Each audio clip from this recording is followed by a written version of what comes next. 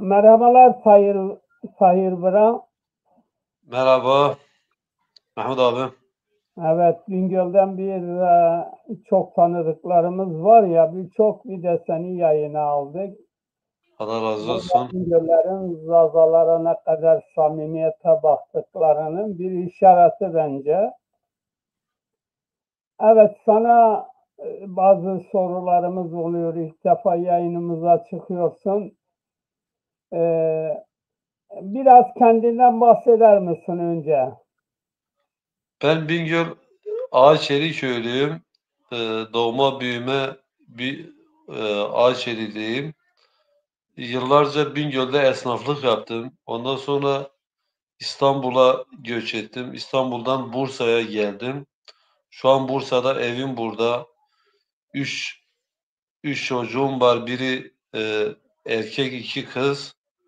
Burada yaşıyorum. Taş duvar işleri yapıyorum. Şömine, barbekü, taş ev, taş villa o işleri yapıyoruz. Evet, hayırlı olsun. Çok gezmişsindir. Yani Bingöl'den esnaflık yaparak İstanbul'a gelmek, oradan Bursa'ya yerleşmek. Sonuçta hani mesleğin var, güzel şömine bir takım şeyler yapıyorsun. Bunlar hepsi güzeldir. Doğrudur Peki abi. iş durumu nasıldır? Yani insanlar orada çalıştığı zaman para kazanıyorlar mı? Durumları nedir? Şu anda şu anda Türkiye'de usta bulmak sıkıntı. Yani iş e, var, usta bulamıyorsun. Çoğu genellikle hep yurt dışına gittiğinden dolayı Evet. sıkıntı var. Şu an Türkiye'de ondan dolayı yövmeler de yüksek. Yani bugün biz bir ustaya 2500 lira veriyoruz, gelmiyor. Yani günlüğü mü 2.500 lira? Ha, günlük 2500 lira. Ha, iyi paraymış. Kahvede oturuyorlar ama çalışmak ise bizim insanlarımız biraz da şeydir. Tembel. Çalışmak istemiyor. Rahatı seviyorlar. Evet. Sen orada ev mi satın aldın? Oraya mı yerleştin yoksa Bingöl'e mi döneceksin? O daha nasip yani gönlümüzde Bingöl her zaman vardır. Yani insan doğduğu yere her zaman gitmek ister. Yani zaman bize ne gösterecek onu bilmiyorum. Ama isterim ki Bingöl'e gitmeyi isterim. Evet. Bingöl'ün neyi meşhurdur sizce? Bingöl'ün balı meşhur, katığı meşhur. Evet. Balı dünya birincisidir. Bu sene dünya ikincisi oldu Bingöl balı. Bingöl Karakovan balı. Evet. Katığı zaten ayrı bir sevdadır. Hmm. Peki tarihsel olarak Bingöl'de depremler de çok olmuş. Doğrudur. Orada bir de Bingöl dağlarında çok değerli madenler var. Obsidian madeni vardı. Ayhan Varan anlatıyordu. Tabii ta başka uzak ülkelerden gelip orada bu obsidian madenini götürüyorlardı. Onlar çok dayanıklı. Onlardan çekiç, bıçak, kesici aletler yapıyorlardı. Bu konuda da bilgilerin var mı? Doğrudur. Benim şu konuda bilgim var. Demir madeni e, vardır. Kömür madeni vardır. Hatta benim bir araştırmam var o konuda. Bingöl Tunceli arasında altın madeni de vardır. Ama bunu e, nasıl çıkartırlar, nasıl getirirler, nasıl işletirler, o biraz zor süreçtir bence. Şimdi bunu devlet gücüyle yapmak lazım ve büyük firmaların oraya girmesi lazım. Büyük firmaların oraya girmesi oradaki halkın rahatlaması demektir. Ama Evet. bunu kimse yapmıyor. Kimse doğuya yatırım yapmıyor. O bir gerçektir. Yani özellikle bizim kendi iş adamlarımız. Yani hep dış tarafa yatırım yapıyorlar. yani doğu tarafına kendileri yapmıyor. En zenginleri bizim iş adamlarımızdır. Ama kendi bölgelerine yatırım yapmıyorlar.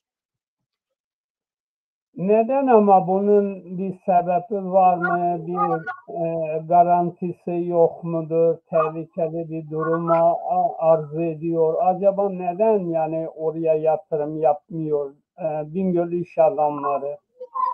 Sadece Bingöl değil yani bu Muş'ta olur, Erzurum'dur, Elazığ biraz daha öndedir bu anda ama neden o iş adamlarına sormak lazım. Siz niye yani her büyük iş adamı kendi memleketine yatırım yaparsa orası gelişir. Bir Kayseri'ye bakalım ama Kayseri iş adamları kendi iline yatırım yapıyorlar ve çok gelişmiştir. Telefon çocuğu getir. Evet, dinliyorum. Ama yani bizim insanlarımız, bizim iş adamlarımız bunu yapmıyorlar. Neden yapmıyorlar? Birkaç tane iş adamı vardı kendine sordum. Yani diyor biz oraya yatırım yaparsak bizim insanlarımız biraz zordur. Ya, yani her insanın tabii ki zor olabilir, şey olabilir. İnsan kaçmayacak ya. Zoru başarmanız lazım siz. Evet, Eğer sen zoru başarmıyorsan niye bugünlere gelmişsin? doğru.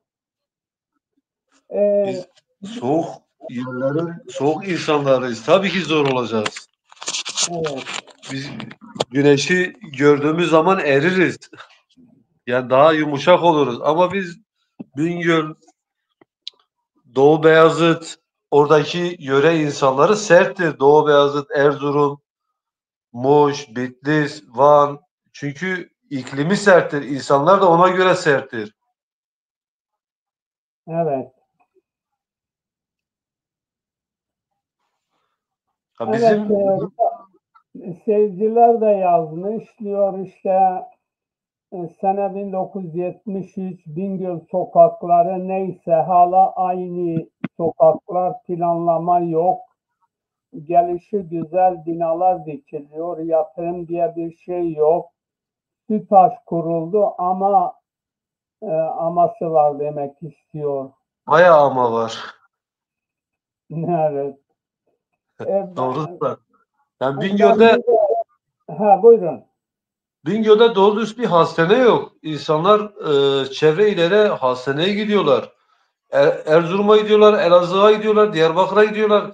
Niye siz bugün Cevdet Cumhurbaşkanı yardımcısıdır.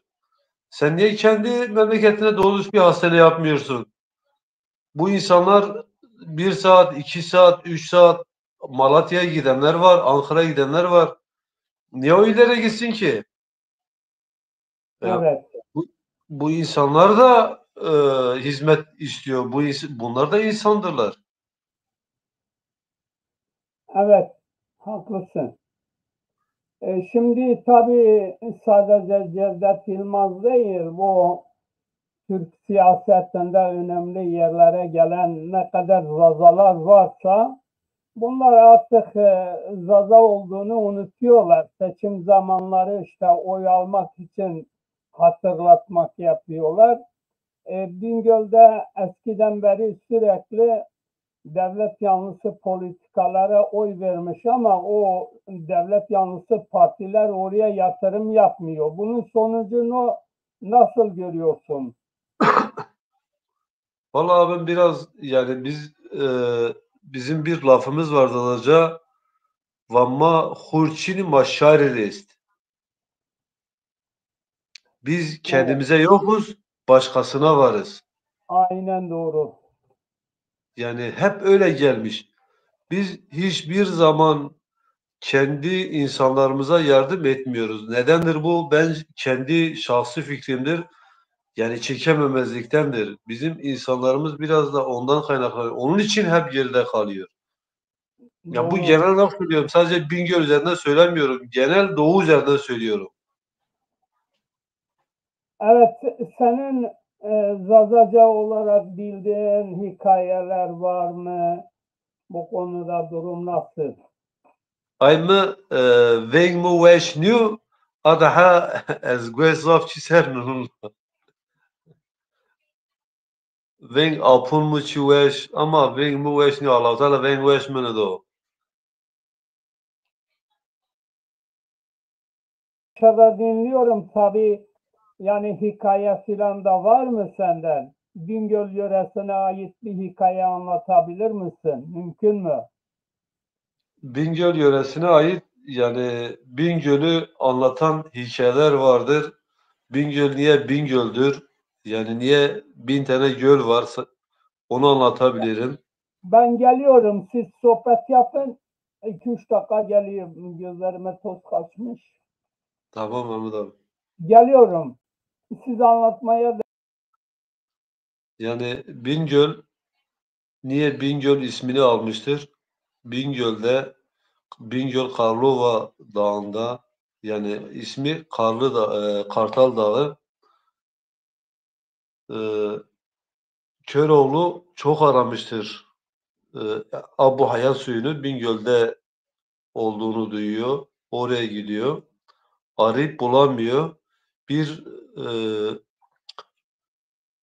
avcı keklik öldürüyor. O dağda bir pınarın başına gidiyor. O kekliği yıkıyor. O kekliği yıkadıktan sonra o keklik uçuyor. Abu Hayat suyudur. Allahu Teala Bingöl'e bahşetmiştir.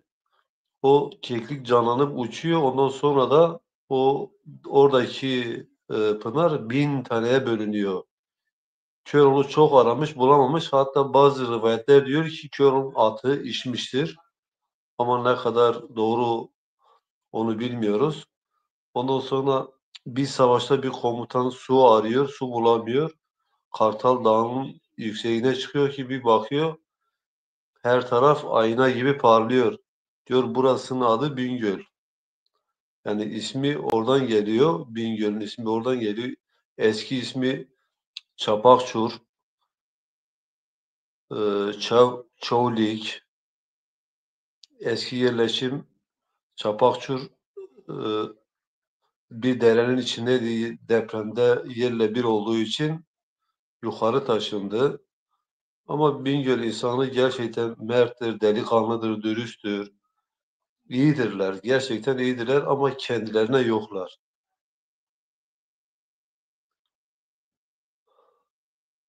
Allah bizleri daim etsin. Bizim dilimiz şu anda öyle bir dilimiz olmuş ki biz dilimize sahip çıkalım, kültürümüze sahip çıkalım, dinimize sahip çıkalım. evet Fırat seni duyuyorum. Heh, Şimdilik durum idare eder herhalde. Ben senden şeyi soracaktım. Şimdi yaşlı Bingöllüler neredeyse %100'ü güzel Zazaca konuşurlar. Yaşlı kesim. evet. Bu gençlere ne oluyor? Gençlerden de bu dile emek veren var mı? Bu halkın dilini yaşatıyor mu? Bu konuda fikirlerini sen nasıl görüyorsun? İstanbul'da, Yok, Adana'da, ben Bursa'da ben buradaki kendim zazaların durumu nasıl? e, işte ben kendim benim 3 tane çocuğum var. Ben Zazaca öğretmek istiyorum, öğretiyorum ama maalesef öğretmiyoruz. Biz buradan kaybediyoruz. Yani benim kızım kızımdan sonra kızım evlendikten sonra onun çocuğu Zazaca öğrenmez ve benim oğlum evlendikten sonra onun çocuğu Zazaca öğrenmez bilmez. Çünkü kendisi bilmediği için Zazaca bir 15-20 yıl sonra yani benim kendi kanaatimce yok olup gidecektir. Eğer biz sahip çıkmasak çocuklarımıza, evlatlarımıza, torunlarımıza biz bu Zaza dilini öğretmesek 20 yıl sonra Zaza dili diye bir dil kalmayacak. Yani bu konuda endişelisin anladığım Yani kadarıyla. çok ben kendi çocuğuma öğretemiyorsam demek ki yazıklar olsun bana. Evet ama sen ne yapabilirsin? Yani şimdi bayramlar, seyranlar Türkçededir, yürüyüşlerdir, sohbetlerdir, televizyonlar Yani hep bunu nasıl Zazaca'dan değil. karşılayabiliriz? Yani hani diyor ya, önce kendi evinden başlamamız lazım.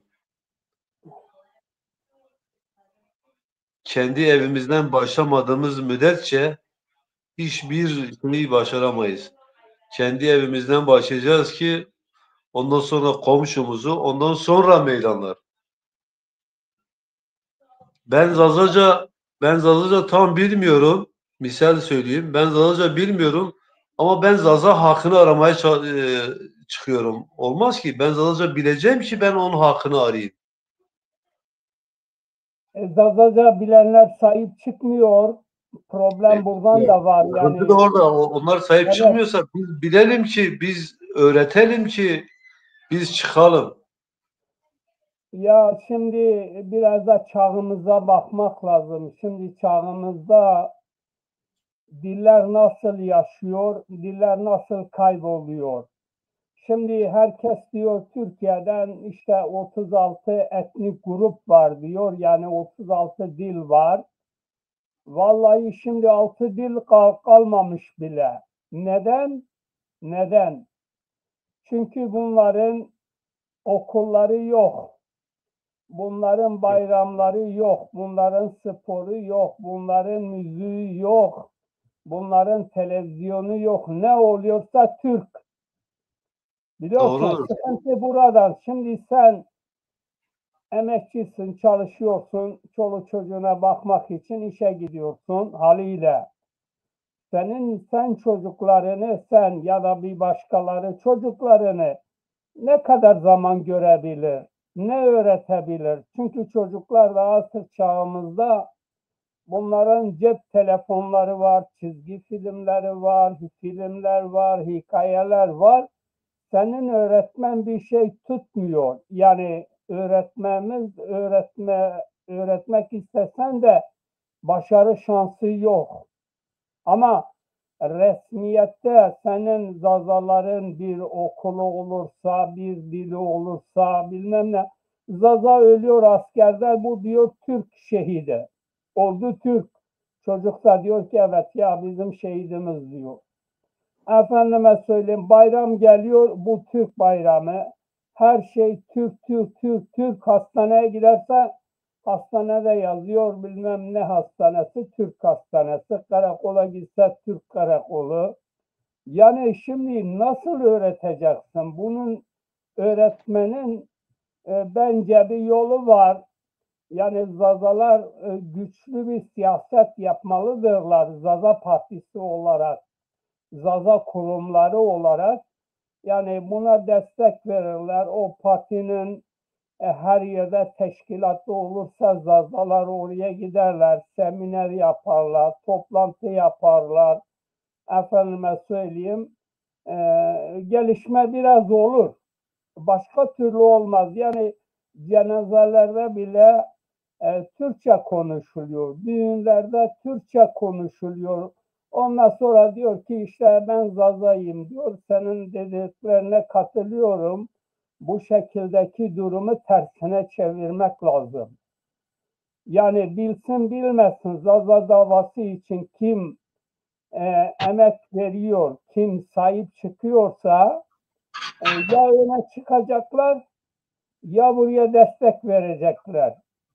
Ama bu yapılmıyorsa Türk parlamentosudur. Cevdet Yılmaz ne yapar? Cevdet Yılmaz Zazalara sahip çıksa Cevdet Yılmaz olarak göremezsin, görevden alırlar. Daha önce bilmiyorum izlediniz mi? Ayhan Varan vardı, etimolog. Ayhan Varan. Onu rahmetle anıyorum. Ayhan Varan diyor, efendime söyleyeyim, ben Zazalı savunduğum için diyor, beni kapı dışı etti. Başbakan danışmanıydım diyor önceden. Yani burada bizim sıkıntımız çok büyüktür. Şimdi herkes özgürlük, eşitlik, Filistinlilere özgürlük istiyorlar, haklı, bilmem ne, Lübnan'a istiyorlar. Ama Zaza'ya geldiği zaman kimse hak istemiyor. Türkler karşı, Kürtler de karşı. Yani böyle bir durumda nasıl yani öğreteceksin çocuğa? Sadece eskiden işte insanlar feodal dönemlerde e, ekip biçiyordu, oradan uzaklaşmıyordu. Çocukları anne babasıyla neredeyse 24 saat yan yanaydı. Şimdi çocuklar anne babaların elinden çıkmış. Yani ben çocuğuma Zazaca öğretiyorum demen için yani bir sınıfın olması lazım. Resmiyette devlet diyor ki Zazaca diye bir dil yok. Yani devlet diyor. Yani İşte bunu nasıl karşılıyorsun? Buyurun. biz kendi dilimize sahip çıkarsak başkası da bunu mutlaka görür. Biz kendi dilimize sahip çıkmıyoruz. Çıkmadık. Bu son zamanlarda ben iki yani 3 yıl en fazladır bu son zamanlarda medyada veya sosyal medyada gündeme geliyor. Bu da 3 yıldır devam ediyor.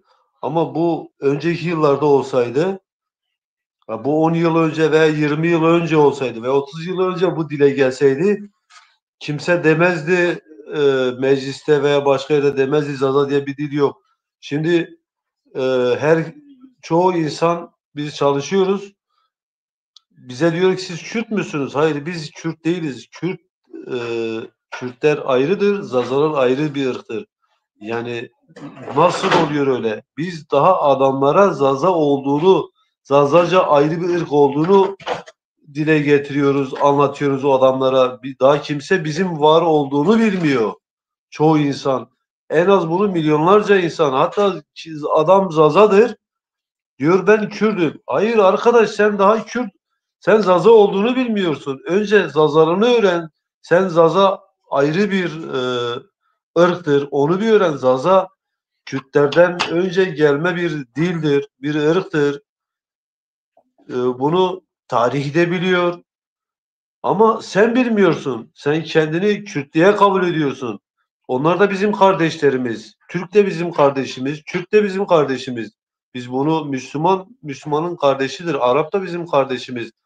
Bugün Zaza dili yok oluyorsa bu bizden kaynaklanıyor. Çünkü biz bugüne kadar dile getirmedik. Kimseye öğretmedik.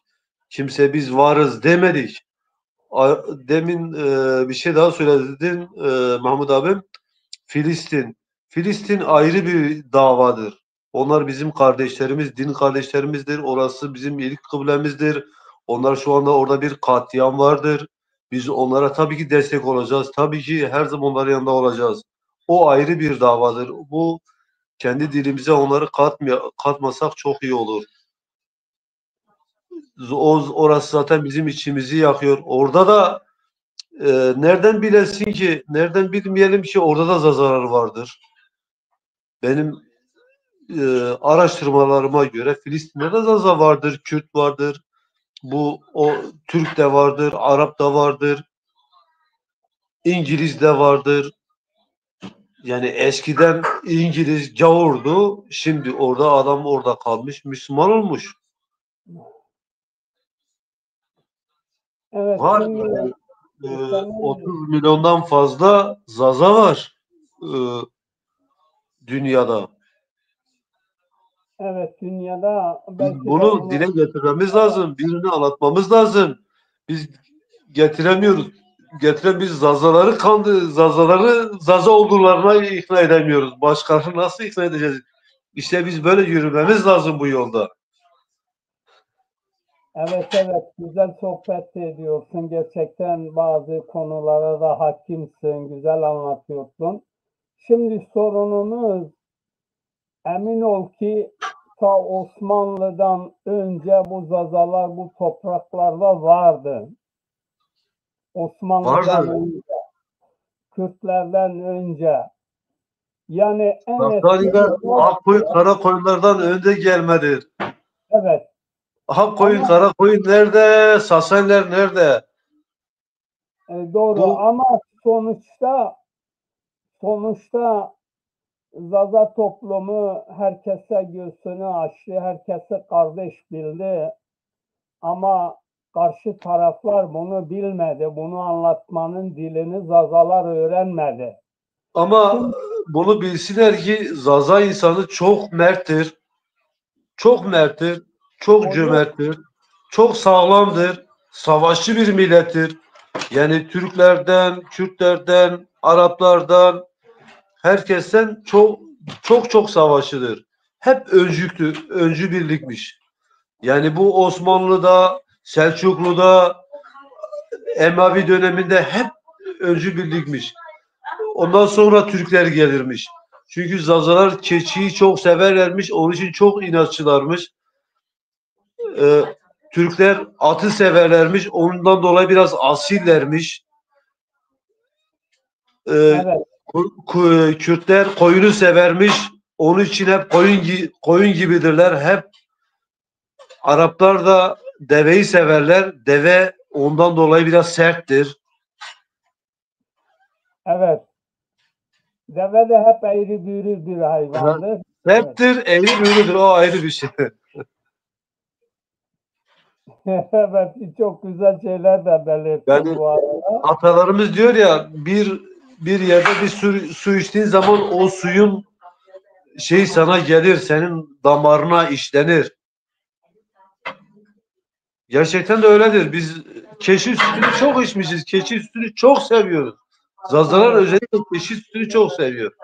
Evet, keçi Onlara peyniri de dünyada çok tutuluyor. Hemen hemen en pahalı peynirlerden biri de keçi peyniridir. Onu da belirtmekte yarar var. Bütün dünya ülkelerinde keçi peyniri hepsinden çok pahalı diğer Türk'ü peynirler. doğuda bitirmeye çalıştılar. Koyun verdiler. Koyun gibi olalım ama olmuyor.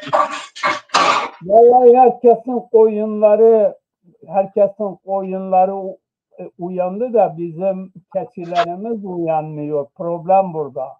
Ama bunu bir araştırması daha var Zazaların. Çok zeki ve çok akıllılarmış. Yani eğer sahipleri olursa, okuturlarsa iyi bir bilim adamları hala da var. İçimizde olanlar var. Yurt dışında çalışan bilim adamlarımız da var. Ödül alanlar da var. Ya Çok ben zekidirler. ben dün gene özelde bir toplantımız vardı kendi aramızda. Bir gün böyle arkadaşıma ben senin dediğin gibi dedim. Savaş kandır, soğuk, efendime söyleyeyim iklimin insanıdır. Bulunduğu alanlar dağlıktır.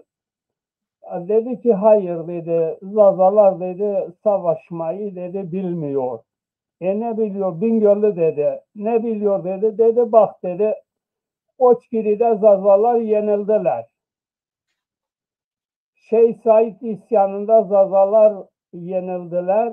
Seyit Rıza döneminde Zazalar yenildiler. Bunu neresi dedi Zazalar savaşkan dedi. Ama bundan sonra dedi Zazalar yeniden kendileri geçmişinden ders çıkarak geleceğine dedi sahip çıkarlar, kavgasını, mücadelesini, sevdasını verirlerse dedi ona lafım yok dedi. Yani Bingöl Doğrudur. arkadaş anlattı. O Ya tabii biraz daha uzun anlatmıştı. doğrudur. Şimdi Şeyh Said'i anlatırsak saatler geçer. Şeyh Said nasıl yenildi, kimlerden dolayı yenildi, nasıl satıldı. Yani onu anlatırsak oraya geçersek saatler sürer. İnşallah Şeyh Said'in konusunu başka bir gecede konuşuruz. Ben müsaadenizle ayrılmak istiyorum. Benim bir arkadaşım şu an misafirim olarak geliyor. Ha, İkide bir tamam. telefon açıyor. Eğer müsaadeniz varsa Ol sizi her zaman başka bir güne Şeyh Said'i yine değinelim inşallah. İnşallah güzel olur. Tamam Mahmut abi. Sana Mıkat çok çok kubuk inşallah. Vazaziz mıkat kubukur var kuvaviş. Var olur zon bu kuvaviş. ve var bu. Allah sıhbeti bir inşallah. Evet, yayınımız biraz daha devam ediyor. Efendim, ya arkadaşımızın misafiri geldi, onun için başka zaman yayına takılıyor. Muhsin Tur arkadaşımıza da bir sorusu var, bizimle önemli olarak önemli gördüğümüz için ona da bir cevap verelim. Muhsin Bey, benimle iletişime geçmenin çok kolay yolu var. Nasıl var? Bu gördüğün yazıda dönüyor. İster e-mail adresime yazabilirsiniz. İstersen telefonuma telefon edebilirsiniz. Ya Messenger'da ya da WhatsApp'tan görüşebiliriz. Hiçbir problem yok. Ama istiyorsanız sizi de biraz mail adresini gönderirsen sizi de biraz yayına alabiliriz. Yani biz başkalarından çok farklıyız.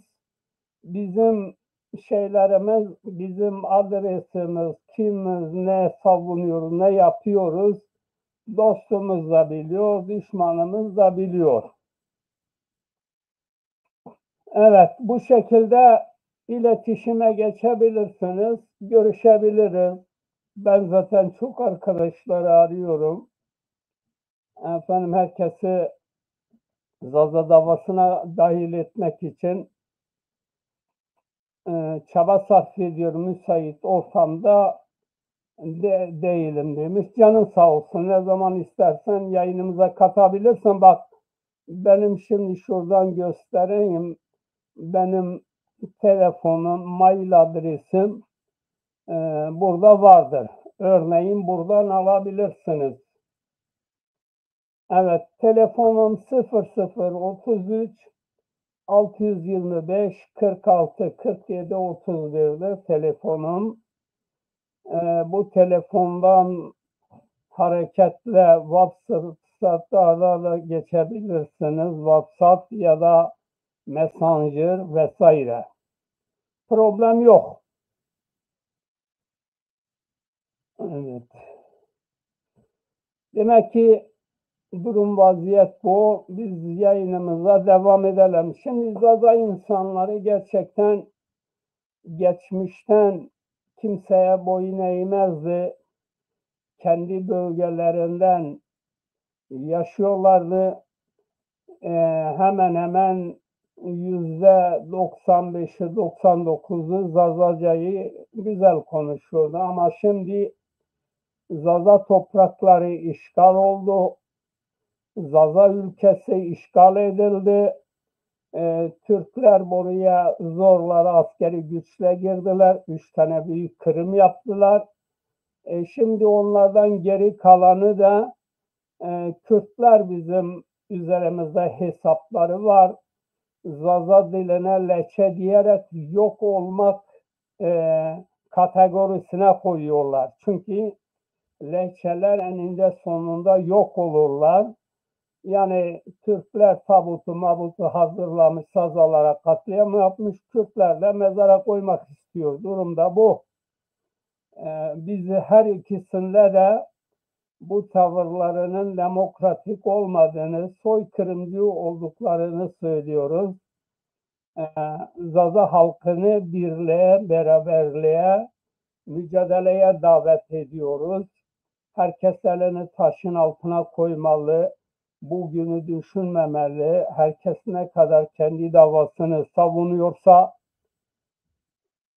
herkes kendi davasını ne kadar savunuyorsa Zazalarda o kadar onurlarını korumak için kavga verilmeden, mücadele edilmeden hak verilmez, hakkı alamazsınız. Kimse size hak vermez, siz de kimsede bir şey alamazsınız. Telefon Bunu demiş. Numaranı tekrar edebilir misin? Evet, yazıda görünüyor güzel kardeşim. 00 telefon numaramız, Özbekistan telefon numarası 00 33 625 46 47 31. Mail adresimiz yani e-posta adresimiz çağdaşmamut.94@gmail.com. Buraya da yazabilirsiniz. Hızlı geçtin demiş. Güzel kardeşim, ekranda görüyorsun. Herhalde almışsındır ekranda benim telefon numaram. Ekranda en altta döner yazıyla gösteriyor. Evet, zazalar için bir desinler için zazacılık yapanlar var. Onlar gürültü kendi foskos yaparlar ama hiçbir üretimleri yoktur. Kimisi sanalda dipsiz kuyu olan TikTok'ta ismini değiştiriyor, resmini gizliyor. Böyle zazacılık olmaz. Zazaların dostun, düşmanın seni tanıması için herkesin öne çıkması lazım. O arkadaş da belirtti, dedi ki ben dedi, bana diyorlar ki siz Kürt müsünüz? Yani şimdi Kürt müsünüz demek amaçlı bir propagandadır. Sizin hakkınızda başkaları karar veriyor demektir. Şimdi Türk Devleti'nin arşivlerinde ta Osmanlı döneminden beri Zaza ismi Zaza halkı olarak geçiyor. Ama onlar şimdi diyorlar ki bizim sorunumuz Kürtlerlendir. Bir de Zazaları da tanıtırsak, tanımış olursak iki sorunumuz olur diyorlar. Bunun altından çıkamayız. Bunun için de ya Zazaları Türkleştirmek, Türkleşmeyen Zazaları da Kürtleşmeyle yapıyorlar, eritmeye çalışıyorlar. Hatta bu Yavuz ile İdris'i, Bitlis'i arasındaki şeyleri biliyorsunuz, polemikleri biliyorsunuz. O dönemin şartları aynen böyleydi. Evet, Zazalar onun bunun kuyrukçuluğunu yapan Zaza değil. Bir kişi size ben Zaza'yım diyor ama Türk'üm diyorsa o kişi Zaza değil, lanetlidir. İsterseniz Zazaca konuşsun, isterse İngilizce konuşsun, onun bir kıymetli bir değeri yoktur. Bir kişi Zaza'yım diyorsa, Türkçülere hizmet ediyorsa, işte kendi dilini küçük düşürmek için leç ediyorsa diline, o kişi %100 satılmıştır. Ondan bir hayır gelmez, ondan bir keramet gelmez. Evet, Zazalar da diğer dünya halkları gibi kendi ayakları üzerinde durmalıdır, mücadelesini vermelidir diye sürekli çağrımızı tekrarlıyoruz. Neden korkuyorsunuz? Korkmanın ecele hiçbir faydası yoktur. Yani kendi korkunuz için, baskılardan korunmak için kendinizi inkar etmek, yani bu onursuzluktur. Zazaları ben onurlu olarak görüyorum. Tabii içimizden hainler var, dış güçler var, iç güçler daha çoktur. Onun için herkes kendini nasıl ifade ediyorsa ya Zaza'yım diyeceksiniz ya siz bir hiçsiniz. Yani bunun başka camı yoktur. Bunun başka anlatılacak bir tarafı da yoktur. Evet. Durum vaziyet böyle. Muhsin Bragene yazmış, diyor ki hocam telefonunu tekrar eder misin? Hızlı geçtin. Ben nerede hızlı geçtim kardeşim?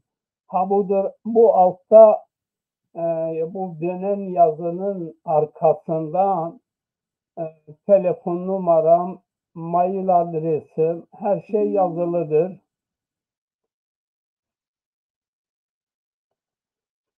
Her şey yazılıdır. Ona göre Facebook'umuzda vardır. Vengi Velati Yozakistan. Oraya yazabilirsiniz mesaj. Biz sizinle irtibata geçeriz. Evet. Bugünlük yayınımız burada. Yarın için önemli bir yayınımız var. Bu yayınımız tarih dersi üzerine. Tarih öğretmeni Bünyamin Hoca var yarın akşam saat 20'de. Onunla birlikte Almanya'da yoldaşımız Hasan Kurun Bey var.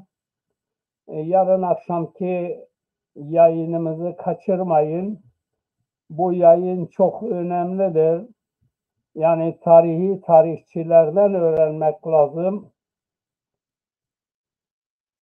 Evet, tarihi tarihçilerden almak lazım, öğrenmek lazım. Onların bilgilerine başvurmak lazım.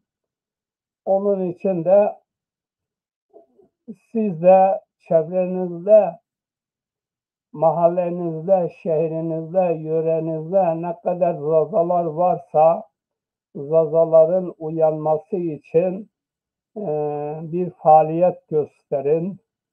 Yoksa bu böyle devam etmez. Arkasından işte Zazaca böyle güzel, şöyle güzel diyenlerle pek inandırıcı gelmiyor. Zaza bütün dillerin anasıdır. Çok önemlidir ama ne yazık ki bir takım çapulcularımız boş durmuyor. Zazalık adına sahte dernekler kuruyorlar, sahte teşkilatlanmalar var. Bunlar da iç düşmandır. Bunlara aldanmayın. Zaza bağımsızlığını, Zaza özgürlüğünü, Zaza'nın birliğini savunmayanlara hiç şey vermeyin. Pas vermeyin. Onlar gereksiz insanlardır. Bu konuda hepinizi tekrar uyarıyoruz.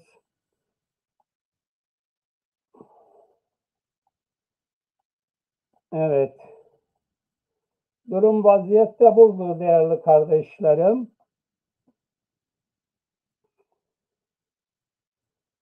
Sorusu olan varsa soru alalım. Ondan sonra o sorulara cevap verebiliriz.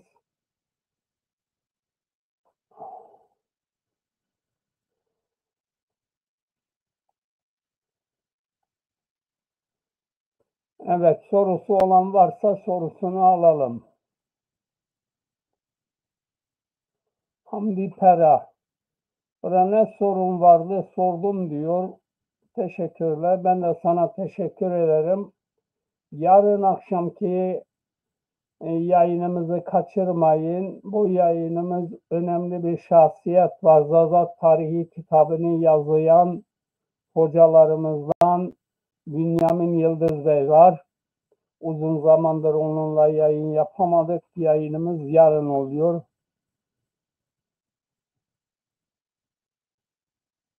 Evet, bir soru var burada. Hamdi Pera. Zaza Türk İttifakı bir kere söylemek biraz komikliktir bence. Şimdi hükümet Türktür. Zaza'yı kılıçtan geçirmiş. Zaza'yı mağaralarda zehirlemiş.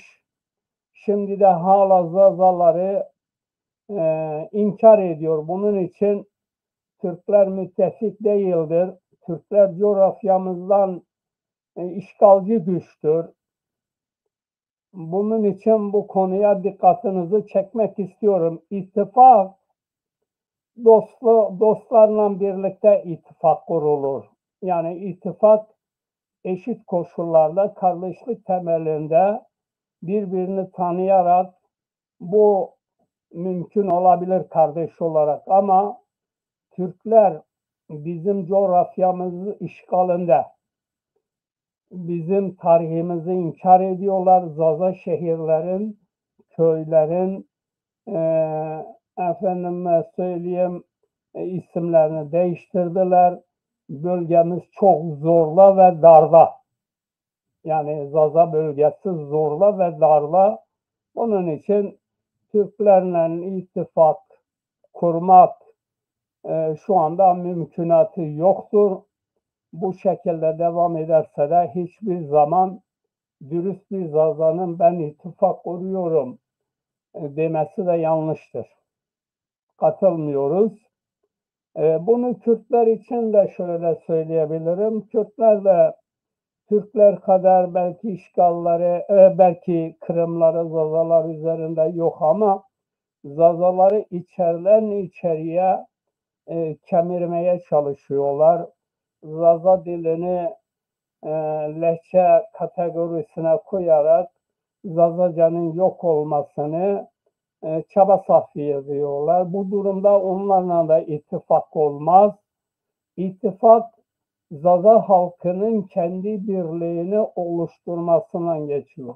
Eğer Zaza halkı kendi birliğini gençleriyle, yaşlısıyla, kadınıyla, erkeğiyle Zazalar uyanış sürecinde bir araya gelirlerse Zazalar ondan sonra bir güce dönüşür. Bu güç ile ilgili olarak da onların vereceği bir takım ittifaklar da tartışılabilir. Ama bugünkü şartlarda yok. Herkes bana diyor, bana diyor. Yani Zaza'ya bir şey halk tanımıyor. Sen nasıl ittifak kuruyorsun? Yani böyle bir ittifakın kurulmasının mümkünatı yoktur. Oyuna gelmeyin. Zazaların bilgin adamlarını bunlar kendine çalıştırıyorlar. Bunların üzerine baskı kurmuşlar. Kimisi de güce dayanıyor. Kimisi parayı kazanmanın derdinde, hırs peşinde. Zaza içinde bir söz konusu olunca bu para hırsı gözüne birikmiş olanlar bile bu şeyini gösteremiyorlar. Bu Zaza duyarlılığını gösteremiyorlar. Yani bir kere Zaza'yım diyen insanların bu duyarlılık olması lazım. Bunun sanatçısı olur, futbolcusu olur, köylüsü olur, şehirlisi olur ama duyarlı olmak zorundalar. Eğer duyarlılık yoksa bunlarla bir yere varılmaz. Evet, başka sorusu olan şu anda kimse yoktur. Ben hepinize teşekkür ediyorum. İyi ki varsınız. Zaza davası için mücadeleyi, bayrağı kaldırın. Bayrağı olmayan bir toplumu tanınmasının mümkünatı dünyada yoktur. Her toplumun rengi vardır. Zazalarında bayrağı gördüğünüz gibi sallanıyor. Bu bayrak neredeyse 40 senedir bir mücadele sonucu, bir emek sorunu bunu sallandırıyoruz. Zazalarında başkalarından eksik bir şey yok. Bayrağına sahip çıkın. Hepinizi saygıyla selamlıyorum. İyi akşamlar diliyorum.